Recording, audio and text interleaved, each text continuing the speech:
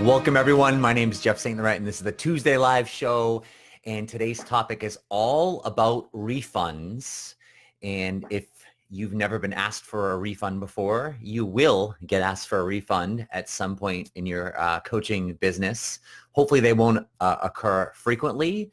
I think in the, 15 years I've been doing business, I've had, I don't know, a dozen people ask over the years, et cetera. So not a lot, let's just say one per year at the most, if that's a good rate for you. But it's definitely something you want to know what to do and have a policy on. And I'm going to go over that today.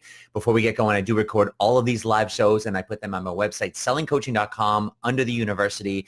I help coaches transition to a full-time business. So I have a lot of fantastic resources on my website, if I can say that myself. The best one to start off with would be right on the homepage at sellingcoaching.com. You can enter your name and email and receive it's an audio course, basically, launching your full-time business, the first 3 vital steps. So you can go ahead and check that out right there. That is also going to put you in my email community, and you're going to get emails from me on a weekly basis. And that's going to allow us to stay connected, put some great information in front of you as well. And you can also start to learn how I communicate with my audience, which is one of our most vital pieces. That's marketing piece, right? Staying in front of our audience. So with that being said, let's talk about refunds. Like I said, you're going to get asked at some point. And here's the biggest thing about it is I'm going to make a recommendation today, but whatever you choose to do, what I want you to do is have a policy and not do it for the best situation for your business. And this is a tough topic because there's the human element, right? Where if someone wants a refund, there's a situation where they're asking for a refund, right? And there's different situations where they're asking for it. And what we want to start to understand, especially when people are asking for it for something like, they can't coach with us anymore, something changed in their life and they can't follow through with it, et cetera. There could be certain situations that we would feel very empathetic where we would want to give a refund. But what I'm here today is I'm talking to you from the business standpoint of our business, because it's a business. And the hardest part about a refund is, and I don't care when someone asks for it, meaning they just hire you and they paid you in full, let's say, and then, we're week 1 or maybe they haven't even had a session yet and they're asking for a refund. The hardest part about that is like you just took in, let's just call it a couple $1,000s, and now you've got to pay it out, right? And then also later down the road, let's say you've worked with someone, or maybe you never even get started with them and it's 2-3 months down the road because just stuff happened, not on your end, but on their end.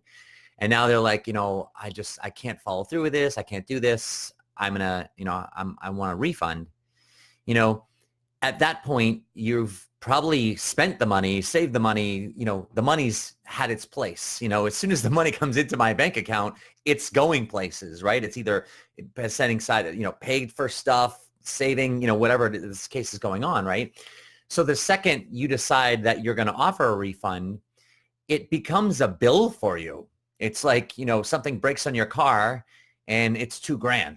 Well, now you got to pay $2,000, especially if it's later on and the money's gone. So now what you're doing is without having a strong policy in place, or if you're taking the standpoint of not offering refunds, meaning all sales are final, when you do that, what happens is you're protecting your own financial situation. You're protecting your own viability in business, because it's hard enough to get business in the first place, meaning we spend a lot of time and energy and dollars. So when I say dollars, even if you're not doing paid advertising, we don't get paid for time in our business. We get paid for results, but we spend a lot of time doing stuff like, I'm not getting paid to do this live show, right? But this is part of my marketing, right? This is part of educating coaches, and it leads into maybe someone watching this and following me for 6 months, et cetera. And next thing you know, the timing's right and they follow up with me, right? But I wasn't paid for all that stuff. So you have to recognize when you get paid, when someone hires you, like you're not getting paid for the now 9 coaching sessions or whatever you're going to do with them from that forward. That's actually the fun part, right? That's the part that we do. You've gotten paid for all the marketing time that you've done prior to that, right? So I'm talking to you from a business standpoint, and the reason why we have to consider this as our priority is because if you're going to stay in business long term, then we have to have a policy, right? And so what I'm going to recommend is you have a no refund policy. In other words, all sales are final, and you be upfront about that from the beginning. And now you don't have to say that at point of sale, meaning, when they're hiring you, hey, just so you know, there's no refunds. Like, you don't have to say that, right? I mean, someone's ready to hire you, they're ready to hire you, and you go through the whole thing. But whatever you send to them as a contract, et cetera, and I have a very simple, welcome email that just lays everything out very casually, but it says it in there, in bold, all sales are final. There are no refunds issued, and this is due to the success of this arrangement, but especially you. And you have to remember this: the number one reason why I don't want you to offer refunds is for the success of the client. A lot of the times when people ask for refunds, there's different situations, right? And I will say this: with the not offering refunds and all sales are final, there's only one situation where I'm going to offer a refund. And this is part of my policy. I don't say it in there, but this is in my head, is if I'm at fault. If I'm at fault and they don't like working with me, and it's not just like they don't like working with me. Believe it or not, I've had some people that haven't liked that, or it didn't work, et cetera, and they stopped. It's been a small amount of people over 15 years, but you're going to get someone that works with you that just doesn't work out, right? That's the reality of doing business, but it's not just not liking you or things like that. It's you screwing up, you not showing up for calls, you not putting in the effort, not replying to emails on a timely manner, you not servicing them. That's what I'm going to offer, because I've never done that, because it's never happened, because that's what I service my clients, and if I'm not meeting an expectation of a client that maybe I didn't know they had, right? Like they expected something from me and I wasn't doing it because I didn't understand that expectation, or I wouldn't maybe necessarily do something like that. We clarified it, and I would resurrect that, et cetera. But that would be the only time, is if I'm unresponsive, I'm not showing up to calls, and this really should never happen if you're really going to be in business in the first place. But that's a situation where I would, all right? And the only other little caveat to that of why I might offer a refund would be an extenuating circumstance, like someone's just making your life miserable. And you know what? If you don't do this, I'm going to F you up, and I'm going to go on social media, or maybe they're already posting on, Jeff's a dick, and, whatever they're like making your life miserable. I might just be like, you know what? Depending on what the refund is, if it's $2 or $3 grand, and I've done nothing wrong, and it's just this person, I would block them and things like that, because they've got to follow through. But, if it's, a few $100s here and there to make something right, I might do it at that point. In my 15 years, I've only offered one refund, and it was actually on a miscommunication on running a credit card. So it wasn't even necessarily someone hiring me and then not following through, but I stand by a no refunds. And so it's going to be important for the client, number one, and I want you to understand why, right? So it's important for the client because when someone makes a commitment, this is scary. And they're going to want to back out, right? They're going to want to back out.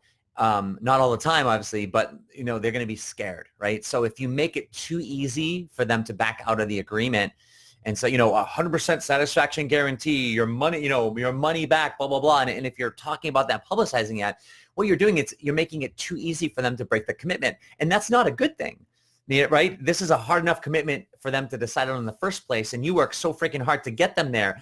Don't make it so easy for them to back out, because if you're doing that, you're never going to be in business long term, because the people that are kind of, on the fence are hesitating, or as soon as stuff gets hard, they're like, you know what?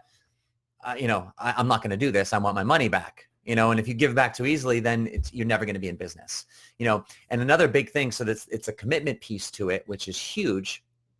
And another reason why I haven't offered refunds, or even if someone's asked, and I don't do it, I pose it to them, and this is from experience. You wouldn't know this. That's why I'm sharing this with you, is because when the people have asked me for a refund over the years and I haven't given it to them, all right, what I found is hey, let's say they got 3 sessions left or whatever they've got left, right?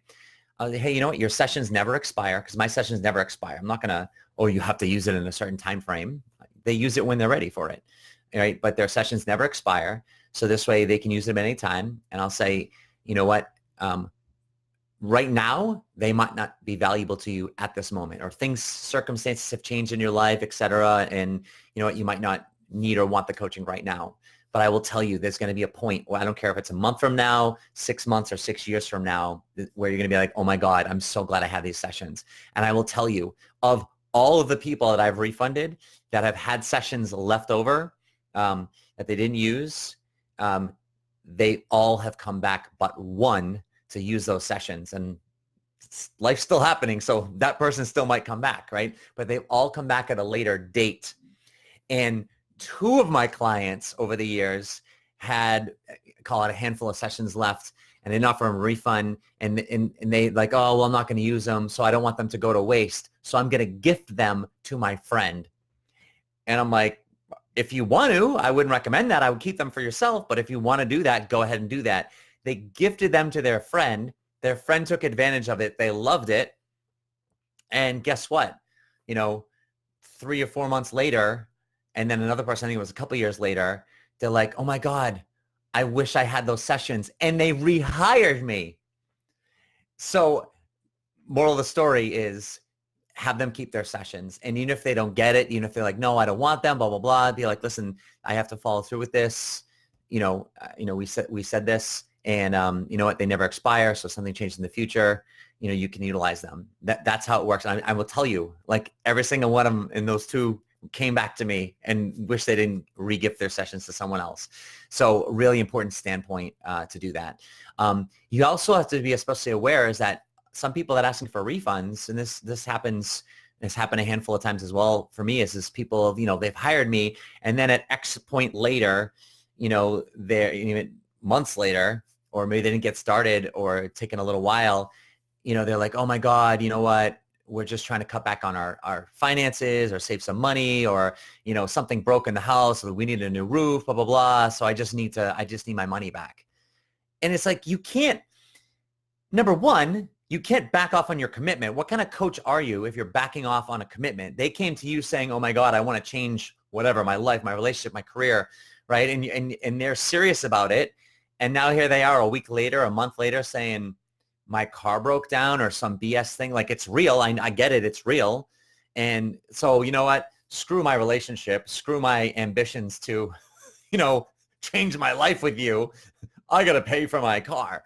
Like, I understand it as a human being, but the point is that what kind of coach are we? Is just saying, okay, I'll give you your money back. Like that's dumb. It's dumb. We're not a good coach at that point, right? And so you'd understand that. And then for us at that point, like I said, that's not good for business, because now we're saying, all right, we'll just give our money back. And now you're out of that revenue, and now you have a bill. So now you're jeopardizing your finances so they can unjeopardize theirs. Like I'm trying to paint a picture for you so you can understand that. Now, you don't have to talk about all this stuff with your customer, right? I'm sharing all this stuff behind the scenes stuff so you can stay strong and firm in your policy in what you do and you don't do. That's all I'm saying right here is so stay strong with what you're looking to do. Know where you're going. Communicate that clearly to your client. Like I said, you don't have to do that until you send them their contract or their welcome letter, et cetera. And that's what I work with my mentor coaching clients on, is I help them with all kind of those contracts and things like that, and what they can do to keep it simple, but just make sure it's clearly stated. Make sure they acknowledge it in some way. I don't have people sign contracts. I just have them email me back saying, yeah, I read this and it looks all good, and then this way, anytime someone has asked me for a refund, I can't say they've all said this because I'd have to remember back, but the majority, at least in a recent times in the last 3 or 4 years, anyone that's asked me for a refund has written the email to me saying, hey, I know you don't offer refunds. I know in your contract you said you don't offer refunds. but I'm asking anyways, right? And so it's actually a very real conversation. It's a respectful conversation because they're coming at it from like, hey, I just know I don't offer this, but I know you don't offer this because you told me this, and I acknowledge that, but here's the situation, And like I said, I still follow through with it, and I would not offer the refunds, and I tell them why, and I just say, hey, sessions don't expire, like all that good stuff. The biggest thing that I want from it is it's keeping the relationship amicable so that you can continue to move forward, and it's not like they get pissed off at you. Have I had people pissed off at me over the years? Yes, not necessarily because of refund, or people will get upset with you. It's inevitable in business. Someone's not going to like what you do or how you do it. And I've had like the best clients who are my biggest fans. All of a sudden, like one day, like they turn on me, and I know it's not personal. It's probably they turn on everyone in their world, because they're mad at whatever, or they're mad at themselves because maybe they've gone through 8 sessions and they haven't followed through with something yet, and they're mad at themselves for wasting the money or whatever. There's a lot of different reasons, but you have to stay strong in what you offer and remember why people hire you in the first place. And I'll finish with this: is the only commitment you have from them, the biggest and strongest commitment you have from them is the money. Until I always say this, until you have the money in your bank account, you don't have a new client. I don't care what the person says. It's the classic Jerry Maguire when they shook hands, and he's like, my word is as strong as oak. And he's in the car singing free falling, and he's all excited. Like, that's what I don't want you to be until the contract's signed, so to speak. In other words, the money's in the account. That's your contract. I don't care what other kind of contract you have. Like, until they've paid up, you don't have a client, right? And so once that's there, now you've got something. Now you have a relationship. You have, and I don't necessarily like the word leverage, but the leverage is just like, you know what, now if they don't show up, it's on them. You can follow up with them, and of course we would, but at some point, if they haven't paid at that point, now you're like, oh my God, you've got nothing on them. Right? And then you can follow up all you want. You can care. You can call, leave messages, and they could disappear off the face of the earth. They owe you nothing, right? But the second they've paid, they're not going to disappear off the face of the earth, right? They're going to call you back because they paid you some good money to coach with them. And that's the whole premise of this, right? And so I don't want you to be in that place where you're just, all right, okay, here you go. And you're not going to stay in business long term. And that's my goal for you as your mentor coach, is that you stay in business long term.